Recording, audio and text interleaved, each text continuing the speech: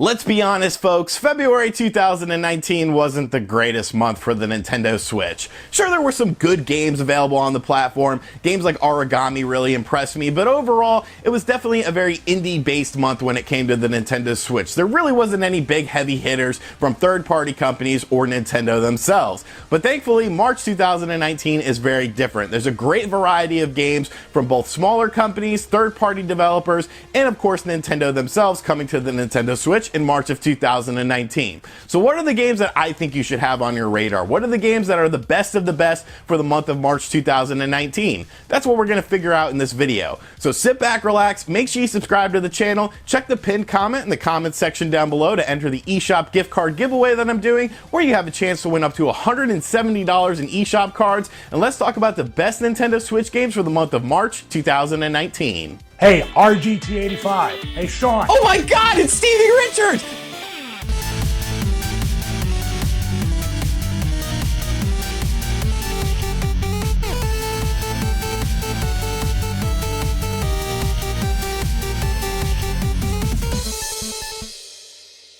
ToeJam and Earl saw two Sega Genesis games, and a forgotten original Xbox game as well, but have since disappeared from the gaming landscape. All that changes though on March 1st with ToeJam and Earl back in the groove. Going back to the style of the first game, and often considered the best game in the series, ToeJam and Earl is a top-down game that has you trying to find pieces of the Rapmaster rocket, and of course escape from Earth.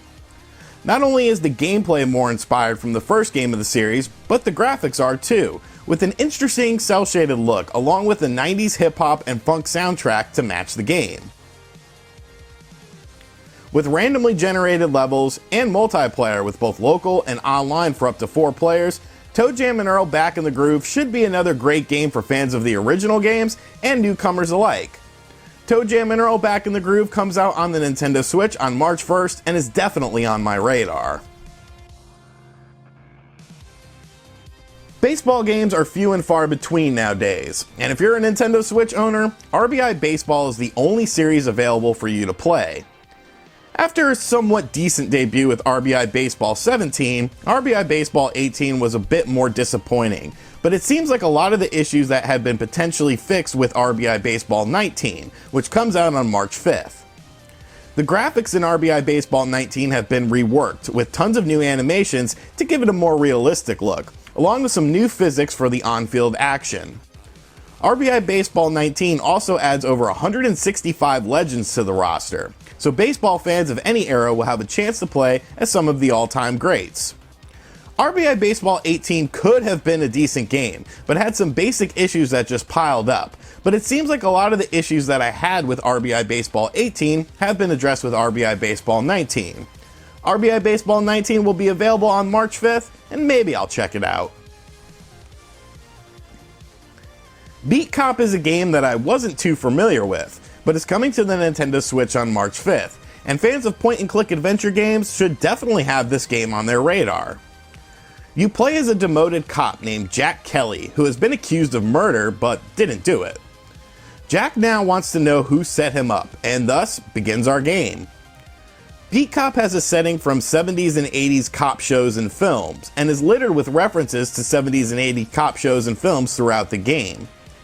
The game is also non-linear, and features time management aspects as well, where Jack has to write tickets and solve other issues while still trying to find out who framed him for murder. With multiple endings and a classic retro art style, Beat Cop could end up becoming a hidden gem when it comes out on the Nintendo Switch on March 5th. Two of the biggest trends of the mid-2000s in gaming were cel-shaded graphics and bullet time effects, and Rico looks to bring that back to the mainstream on March 14th when it comes to the Nintendo Switch. Playing as some rogue cops given 24 hours to crack a case, Rico is a first-person procedurally generated game that has you kicking in doors and blasting through waves of enemies, either with a local friend in couch co-op or online. Rico offers unlockable weapons and mission types, along with daily challenges that feature both a leaderboard system and even more unlockable rewards, so there's always new content to check out within Rico. I really like the graphical style of the game, and the gunplay looks fun and fast-paced, so Rico is another game that is definitely on my radar when it drops on the Nintendo Switch on March 14th. Square Enix is slowly but surely ramping up support for the Nintendo Switch, and the first game they are releasing in March for the Nintendo Switch is Chocobos Mystery Dungeon Everybody on March 20th. A remake of the Wii game released back in 2008, Chocobos Mystery Dungeon Everybody is a dungeon-crawling turn-based RPG in which you try and befriend various monsters you come across within these dungeons. The new version of the game includes some new features, such as a buddy system that makes it easier to bring other monsters into the dungeons to assist you. Chocobos Mystery Dungeon Everybody also features local and online play, so you can explore the dungeons with friends near and far. The original game was pretty well received, so I anticipate that this remaster will be as well, as it's filled with tons of new content, and even though the name is a bit strange, I think it looks pretty fun. Chocobos Mystery Dungeon Everybody comes to the Nintendo Switch and PS4 on March 20th. EA is a very strange company when it comes to the Nintendo Switch. You would think that the company would be putting as many games as possible on a system that is breaking sales records in the United States, but EA has been pretty slow to adapt. Unravel 2 was released back during E3 2018 on the PS4 and Xbox One, but myself and a lot of other people couldn't help but think that the game probably would have done best on the Nintendo Switch. Now Unravel 2 is finally coming to the Nintendo Switch on March 22nd. Unravel 2 is a 2D puzzle platformer where you play as a character that is a Yarny in a yarn-based world. The main addition to Unravel 2 was of course the introduction of local co-op play, which should add some fun to the title. The graphics in Unravel 2 are absolutely gorgeous, with an interesting yarn aesthetic that really reminds me of games like Yoshi's Woolly World, and fans of that game will probably dig this game as well. Unravel 2 was well received on other platforms, so as long as the port of this game is well done, it should be another solid 2D puzzle platformer for the Nintendo Switch library when it releases on March 22nd. If you know anything about me, you would know that I am one of those guys who feels that Final Fantasy VII is a tad bit overrated when it comes to the best JRPGs of all time.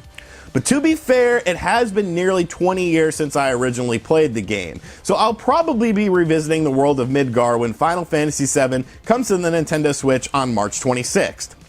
Honestly, this is something that is pretty historical in the world of gaming, as Final Fantasy VII was essentially the game that made Squaresoft end their longtime partnership with Nintendo in favor of the original PlayStation, as Squaresoft wanted discs to put their massive games on, and the N64 cartridges just honestly couldn't hold enough data.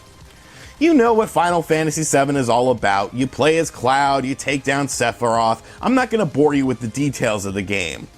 All I know is maybe it's time I replay this game again, and who knows, maybe my opinion on it will finally change. Final Fantasy VII finally arrives on the Nintendo Switch, and the first time on a Nintendo platform on March 26th.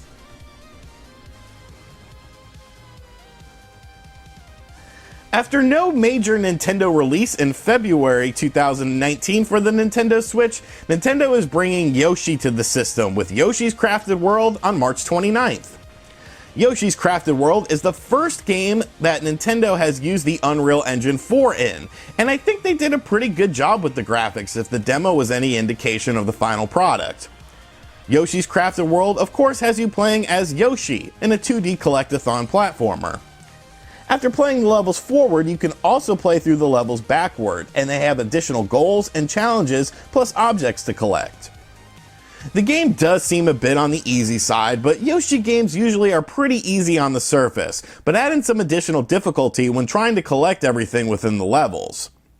The graphics look pretty nice, the gameplay is pretty smooth, and it looks like a more creative game than say something like Kirby Star Allies was. As long as there's a bit more of a challenge than seen in Kirby, I think this will be another solid addition to the Nintendo Switch library. Yoshi's Crafted World releases on the Nintendo Switch on March 29th.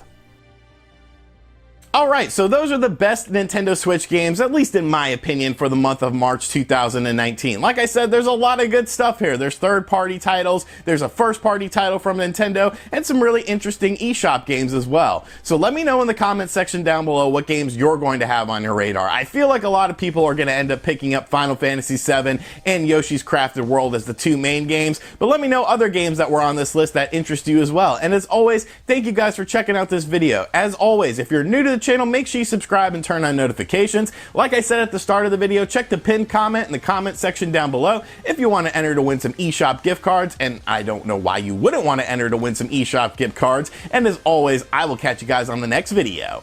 Later.